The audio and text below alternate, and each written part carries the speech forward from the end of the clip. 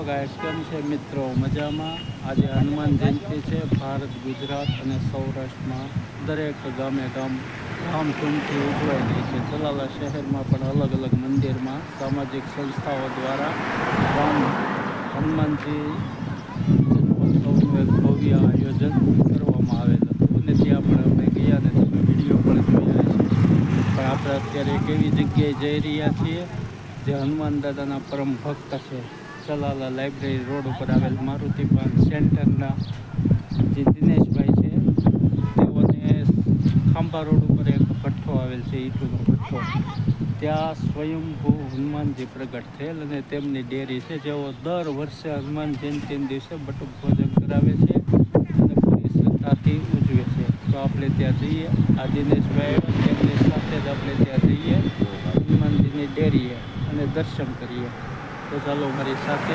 આ વિડીયો ગમે તો લાઈક કરજો, શેર કરજો અને અમારી યુટ્યુબ ચેનલ સંજયભાઈ કાર્યને સબસ્ક્રાઈબ કરજો. તો ચાલો સૌથી પહેલાં આપણે દર્શન કરીએ. આ ચલાલાનો સાવરકુંડલા ખાંભા રોડનો ચલાલા જવા માટેનો આ પ્રવેશ દ્વાર છે. આપણે અત્યારે ત્યાં પહોંચી ગયા છીએ અને હવે આપણે ત્યાં સ્વયંભૂ પ્રગટ હનુમાનજી મંદિરે જઈએ છીએ. ડેરી છે નાની, આવી ગયો છે.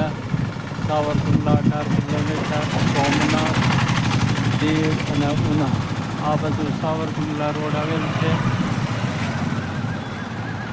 સાવરકુંડલા રોડ છે અને આ ખાંભા રોડ છે. સાવરકુંડલા ખાંભા રોડની બરોબર વચ્ચે જ બાપા સીતારામની મઢી આવેલ છે. અહીંથી જ આપણે દર્શન કરી લઈએ. આ મઢી આવેલ છે. હવે આપણે ત્યાં જઈએ. આપણે જે ડેરી છે ત્યાં જઈ રહ્યા છીએ. દિનેશભાઈ મારુતિ પાનવાળા છે, તેમની ખાંભા રોડ ઉપર ઈંટોનો ભઠ્ઠો આવેલ છે અને ત્યાં ભઠ્ઠે જ સ્વયંભૂ પ્રગટ થયેલ જે હનુમાનજી મહારાજ છે તેની ડેરી બનાવેલ છે અને દર વર્ષે તે લોકો હનુમાન જન્મોત્સવ એટલે કે હનુમાન જયંતિ દિવસે બટુક ભોજન કરાવે છે અને સારી રીતે ઉજવે છે. તો આપણે ત્યાં જઈ રહ્યા છીએ.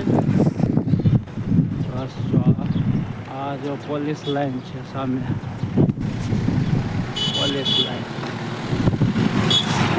તેની સામે આ જે ખાતો છે ત્યાં આપણે જઈશું અને અત્યારે બટુક ભોજન લગભગ શરૂ પણ થઈ ગયું છે. તો આપણે ત્યાં જઈએ અને હનુમાનજીના દર્શન કરી રહ્યા છીએ. હનુમાનજીની ડેરીએ દર્શન કરવા માટે જો અહીં જ થોડીક વારમાં આવશે ને, અહીંયા જ છે. અત્યારે જો ભાવિક ભક્તજનો આવી રહ્યા છે હનુમાનજીના દર્શન કરવા માટે. આપણે પણ ત્યાં સૌથી પહેલાં જઈએ.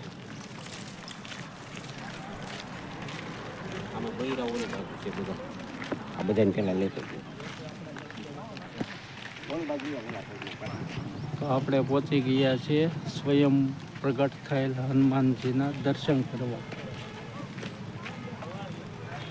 જોઈ રહ્યા છો, સુમીર પવન સુત પાવન નામ અપને બસા કરી રાખેલા. જય હનુમાનજી મહારાજ.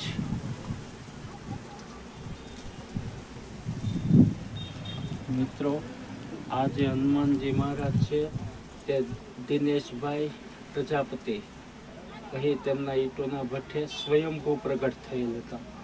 ત્યારથી તેમણે અહીં નાની એવી ડેરી બનાવેલ છે અને દર હનુમાન જયંતિ હોય ત્યારે તેઓ પૂરી શ્રદ્ધાથી અહીં બટુક ભોજન કરાવે છે.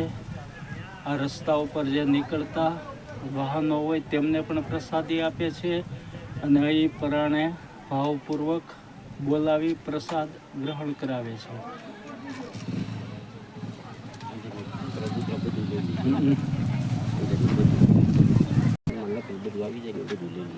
તો આપણે હનુમાનજીના દર્શન કરેલ. હવે ભાવિક ભક્તજનો જે એ આવેલ છે ત્યાં જઈએ.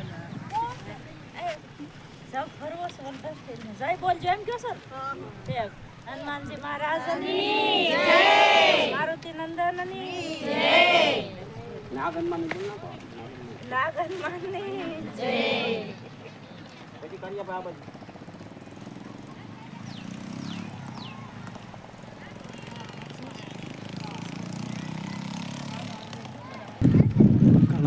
ભાવિક ભક્તજનો પ્રસાદી ગ્રહણ કરીને અહીંથી હમણાં થોડીક વાર પહેલાં જ ગયા અને હજી ભાવિક ભક્તજનો આવી રહ્યા છે પ્રસાદ ગ્રહણ કરવા માટે.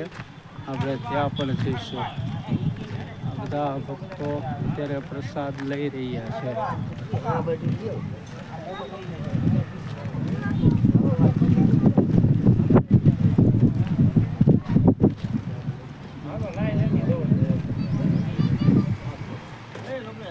જો હનુમાન દાદાની જય.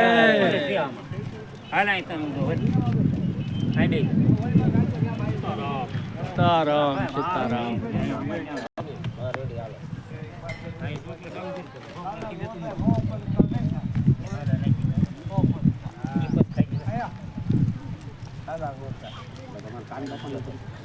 કાન બાપાને પેલા લઈ જાઓ.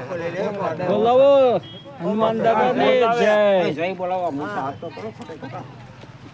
બોલો બજરંગબલી બાપાની જય.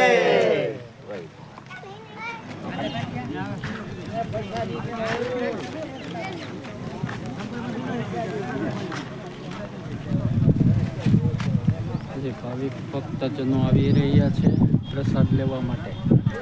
દિનેશભાઈ કાનજીભાઈ પ્રજાપતિના આપણે આ ભઠ્ઠે આવ્યા છીએ, જ્યાં નાગ હનુમાનજીની ડેરી આવેલ છે અને દર વર્ષે તે લોકો બટુક ભોજન હનુમાન જયંતિના દિવસે કરાવે છે. આપણે દિનેશભાઈને મળીએ અને અશોકભાઈને મળીએ. બોલો. દિનેશભાઈ કાનજીભાઈ સરવૈયા એક હનુમાનજીના પ્રખર એક ભગત છે અને તે મારુતિ પાન ની દુકાન એમને છે.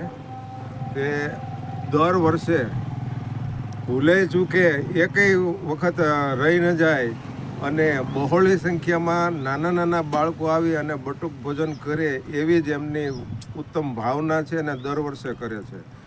અત્યારે મારા ક્લાસીસમાંથી મને આમંત્રણ આપવામાં આવ્યું અને બાળકો ને લઈને આવજો એટલે અમે બટુક ભોજનમાં આવ્યા છીએ. આજુબાજુના વિસ્તારના ઘણા બાળકો છે અને એવી અમને અનન્ય ભાવના દિલમાં હનુમાનજી મહારાજ એક નાગ હનુમાનજી નામ તરીકે મંદિરનું નામ છે અને એમના પરમ ઉપાસક છે અને એમનું કામ એમને નાગ હનુમાનજી મહારાજ દર વર્ષે જે મનમાં ધારેલું હોય સિદ્ધ કરી દે છે અને એ રીતે ઉજવે છે. એવા પરમ ભક્તને હું પણ ધન્યવાદ આપું છું. અસ્તુ. બોલો હનુમાનજી મહારાજ નાગ હનુમાનજી